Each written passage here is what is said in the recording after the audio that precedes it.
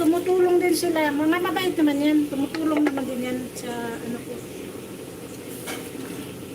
Tumutulong din yan.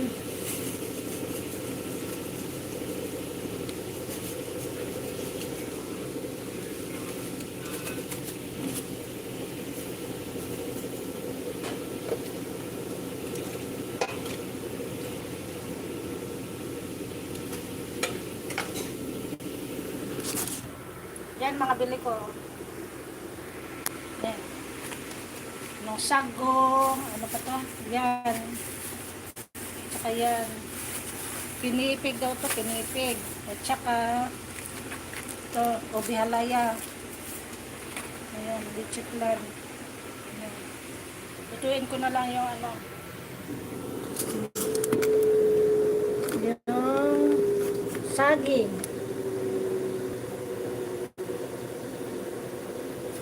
Yan, saging. Luto ko yung saging.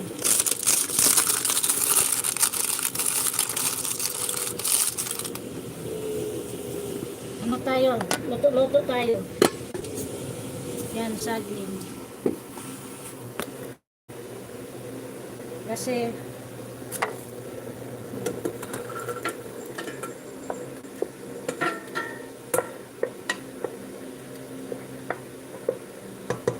init. Tapos, ano pa, may kamuti pa. Ika, 430. Parang nag-ano din ako dito ng, no, hindi pa man umabot ng 1,000. Hindi naman 1,000 umabot. 430. Kasi dinamin ko kasi bilid na rin eh. Ito. 200. 430.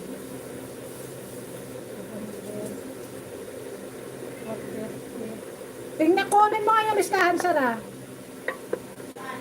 Ayan, 430 na yan. Ito sa bag. 430. 430. 6. 670. 670 plus saging. Ano? Ito 30. Mga 700. 700 ang ano? 700. Pakasama yung baso. Ay, yung baso to pala. Oh, iris na ngayon lahat.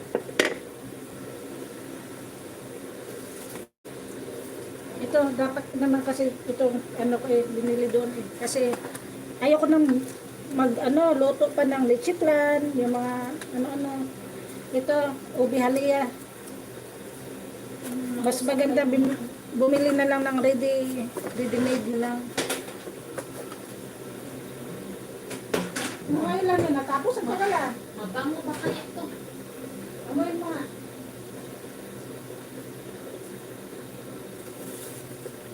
Okay na. Mabango na? Mabango na, sarap? Okay na, magana. Ano namin, yung maruming damit namin, pinupupo ay inhian ni Dwight, ang tanghi. Kaya yan, ngayon si Dwight kulong. Kulong si Dwight. Kulong si Dwight. Kulong. Ang ube halaya, ganito lang siya kaliit dito. Ganito lang siya kaliit, is 25.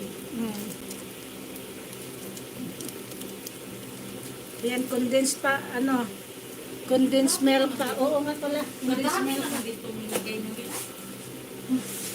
Kasi hanggang doon lang kasi yan sana. Kasi mga Mas maliliit, marami ka pa ka maglagay dito sa mga maliliit kasi yan. Basta dyan sa linya, hanggang dyan lang siya.